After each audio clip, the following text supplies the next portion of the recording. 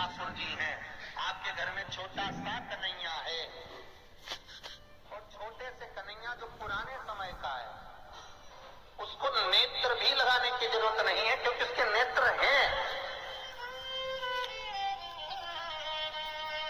और मान लो तुमने इतना बड़ा कन्हैया ले लिया तो अरे बोलो तो जम के जरा, और उसका कोई एक नेत्र कहीं गिर गया, एक नेत्र कहीं चले गया, और अगर एक नेत्र पर रखोगे तो अच्छा लगेंगे कि ठाकुर जी? नहीं, तो नेत्र होना। जितनी बड़ी मूर्ति होती है, जितना बड़ा स्वरूप होता है, जितना बड़ा शिवलिंग होता है, जितनी बड़ी मूर्ति की स्थापना होती है, उतनी उसमें सेवा की और भाव की जरूरत पड़ती है।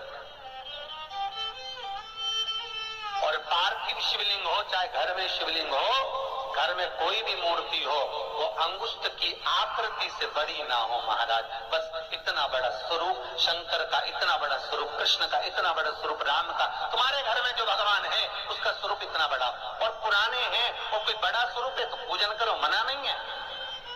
अगर पुराना स्वरूप रखा है तो उसको कहीं देकर नहीं आना, आपने को कहीं उनको ठंडा नहीं करना, उनको विसर्जन नहीं करना, रखा है आप सेवा करो। पर कोई नई पूजन अगर बढ़ा रहे हो और कोई तुमसे कह दे मंदिर बनाओ, इतना बड़ा शिवलिंग का निर्माण करो, तो कहते महाराज जी हम तो छोटा ही भला।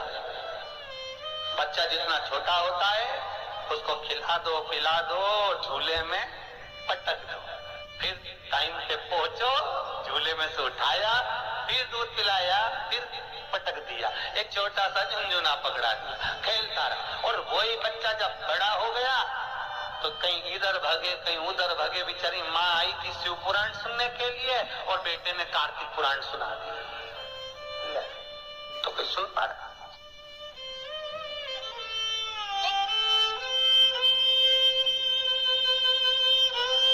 छोटा रहेगा उसकी सेवा। पार्थिव शिवलिंग का निर्माण माता पार्वती चाहती तो बहुत बड़ा शिवलिंग का निर्माण कर सकती, पर पार्थिव शिवलिंग माता पार्वती एक छोटे से पत्ते पर शिवलिंग का निर्माण करती, छोटे से पत्ते पर।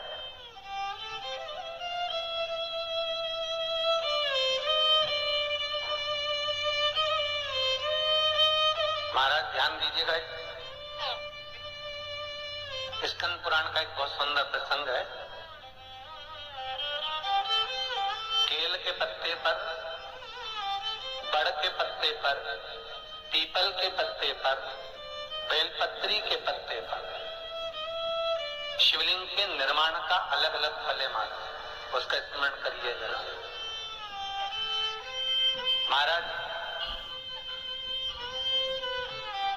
केल के पत्ते पर, जब केल का जो पत्ता होता है उस केल के पत्ते पर जब कोई विशेष तीज की तिथि पड़े, कौन सी तिथि हो? तीज हो, जैसे हरतालिका तीज हो, कोई छोटी तीज बड़ी तीज, और यदि आप तीज के दिन केल के पत्ते पर शिवलिंग का निर्माण कर कर उसकी पूजन अर्चना करते हैं, उसका स्मरण कर कर रात होने से पहले विसर्जन करते हैं, तो नारी की अखंड सौभाग्यता रहती है।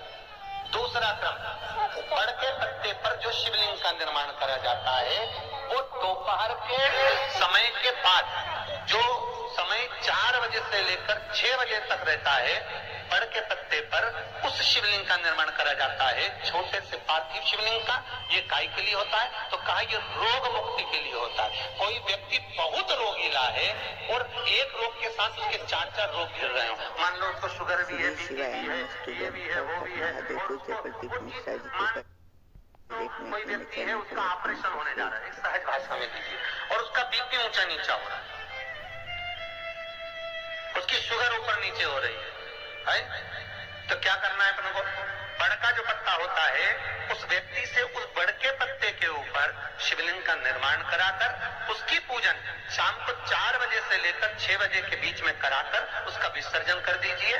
फिर ना तो उसकी शुगर ऊपर जाएगी ना नीचे जाएगी, ना बीपी ऊंचा ना नीचा, उस व्यक्ति का आराम से ऑपरेशन करवा सकते। 24 घंटे के लिए उसके रोग को शिव अपने हाथ में ले लेता है। बड़का पत्ता महाराज, इसकी कोई तिथि नहीं है, इसका कोई समय नहीं, इसका कोई पल नहीं, इसकी कोई घड़ी नहीं। तीसरा, पीपल का पत्ता। पीपल का पत्ता, जो बच्चा गलत कर्म में डूब रहा हो, तुम्हें लग रहा है कि ये बालक गलत जगह जा रहा है, व्यसन में डूब रहा है, मदिरापान में, मांसाहार में, वेश्यावृत्ति में, या चिड़चिड़ प्रवृत्ति हो रही है, या इसकी मति भ्रष्ट हो रही है, गंदी जगह पर जा रहा है, तुम्हें लग रहा है ये लाइन से भटक रहा है, तो पीपल के पत्ते पर भगवान शिवलिंग का निर्माण कर कर उसकी पूजन अर्चना करी जाती है और उसी बालक का नाम लेकर तब उसका स्मरण कर विसर्जन किया जाता है। ये सुबह 10 बजे से लेकर 12 बजे के बीच में हो। कोई भी तिथि, कोई भी दिन, श्री शिवाय नमस्तुभ्यम। हर हर महादेव। पूज्य प्रदीप मिश्रा जी के उपाय देखने के लिए मेरे चैनल को लाइक, कमेंट और शेयर जरूर करें। मेरा चैनल धार्मिक वीडियो। क्रम कहा है बेलपत्री के पत्ते के मध्य भाग। आप विचार करिएगा, बेलपत्री का पत्ता कोई इतना बड़ा तो होता नहीं। बेलपत्री का पत्ता होगा ज्यादा से ज्यादा एक हथेली के बराबर होगा, और बड़ा होगा तो और ज्यादा बड़ा होगा पत्ता। तो बेलपत्री के मध्य भाग में, बेलपत्री के बीच वाले भाग में महाराज, जिसका व्यापार नहीं चलता, व्यवसाय नहीं चलता, कोई काम आज की जगह कल हो रहा है, कल की जगह परसों हो रहा है और काम जरूरी में होना चाहिए, या व्यापार कुछ दिन चल के बंद हो गया, कोई नया लाइन पकड़ रहे हो, नया व्यापार करने जा रहे हो, नया कोई काम करने जा रहे हो, तो बेलपत्री के मध्य भाग पर शिवलिंग का निर्माण करा जाता है। आप विचार करिएगा, जब बेलपत्री का मध्य भाग कितना बड़ा होगा और उस पर शिवलिंग बनाना, तो एक छोटा सा शिवलिंग का निर्माण।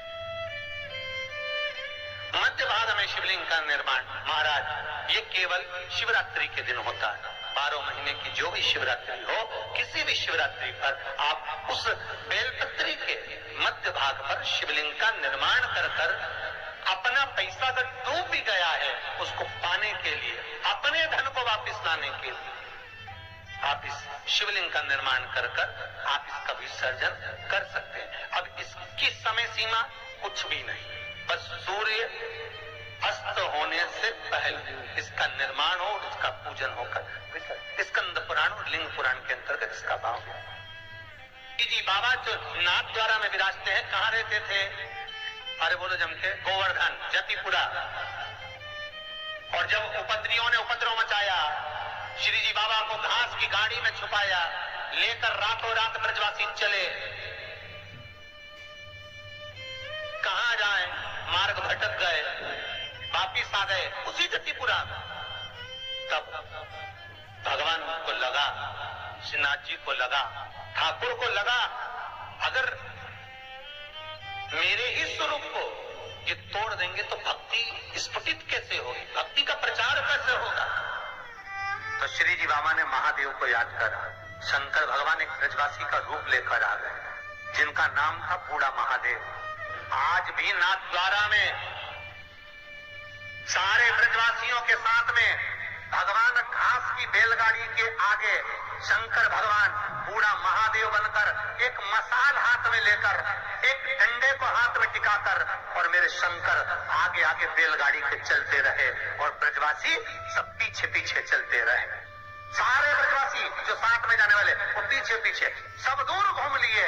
तब श्री जी बाबा ने बैलगाड़ी में से झांक कर बूढ़े महादेव को देखा जो आगे चल रहे थे। उनको देखकर कहा, कहाँ रुकना है?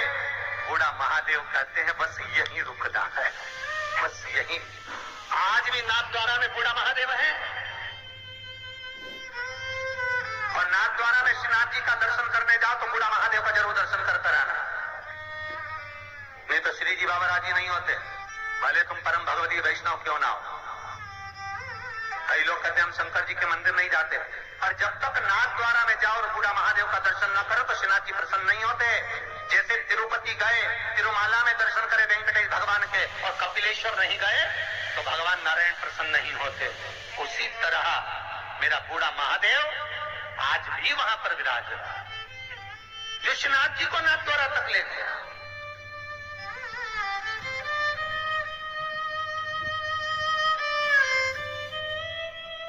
अब कई वैष्णव कहते हैं हम श्रीनाथ जी वाले, हम ठाकुर जी को, हम शंकर जी के, तो शंकर जी तो लेके नाथ द्वारा गए।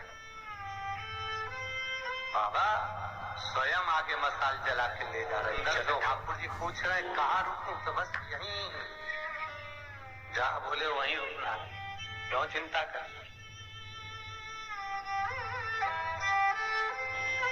जब मेरे ठाकुर जी को उतना दूध पिलाई, भगवान ने बहुत प्रेम से पिया, और और जब भगवान को विष देने लगी तो ठाकुर जी को जैसे ही मुख में दूध की जगह विष दिया, ठाकुर जी ने नेत्र बंद कर लिए। कई कथाकारों ने कहा भगवान नेत्र इसलिए बंद कर रहे हैं कि उसको पूतना को पहचान रहे हैं। तो सब भगवान को पहचानने की क्या जरूरत थी? भगवान जानते थे ये रत्नमाला है, राजा बलि के दरवाजे पे मिली थी। पर भगवान ने नेत्र क्यों बंद करा था? शिव महापुराण की कथा कहती है भगवान नेत्र बंद कर पूतना के स्तनों का दूध मुख में रहकर भगवान नेत्र इसलिए बंद करे थे कि शंकर जी को याद कर रहे थे कि हमने तो हमेशा अमृत पिया है, विष तुम्ही ने पिया है, ये मुझे विष पिलाने आई, जल्दी से आओ और मेरे कंठ पर बैठ जाओ। और शंकर भगवान आकर कृष्ण भगवान के कंठ पर बैठ गए और सारा विष शिव पी गए। जब शंकर भगवान विष पी गए, शंकर भगवान को चक्कर आ गए। जो चक्कर आए तो शंकर भगवान चक्कर खाकर नीचे गिर गए। ठाकुर जी ने चरण का प्रहार करा, मानसी गंगा को प्रकट करा और गंगा का जल शंकर भगवान पर छीटा तो शिव जी का नाम चकलेश्वर महादेव पड़ गया। जो आज भी मानसी गंगा के नजदीक आज भी गोवर्धन नाथ जी की परिक्रमा करे, ब्रज 84 कोस की परिक्रमा करे तो चकलेश्वर जाना जरूरी है। जो चकलेश्वर महादेव नहीं जाता उसे ब्रज 84 कोस की यात्रा नहीं लगती, उसे गिरिराज बाबा की परिक्रमा नहीं लगती।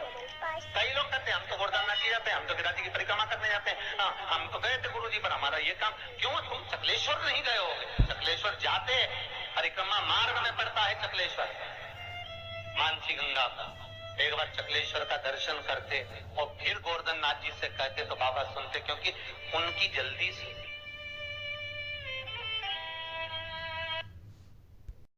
श्री शिवाय नमस्तुभ्यं, हर हर महादेव। आप सभी का मेरे धार्मिक वीडियो चैनल पर स्वागत है। पूज्य प्रदीप मिश्रा जी ने आज बहुत अच्छे और अचूक उपाय बताए हैं। पूज्य प्रदीप मिश्रा जी ने बताया कि किस तरह से हमें बड़ के पत्ते पर शिवलिंग स्थापित करना चाहिए मिट्टी का, और किस तरह पीपल के पेड़ के पत्ते पर स्थापित करना चाहिए। पूज्य प्रदीप मिश्रा जी ने बताया है कि अगर बेल के पत्ते पर हम शिवलिंग स्थापित करते हैं, अगर हमारा कहीं पैसा रुपया फंस गया है या हमारी कोई मनोकामना अधूरी है, तो हम बेल के पत्ते पर छोटा सा शिवलिंग स्थापित करके उसको वहीं पर विसर्जित कर देते हैं तो हमारी हर मनोकामना पूरी होती है। और कहीं हमारा रुपया पैसा फंस गया है तो वो भी निकल आता है।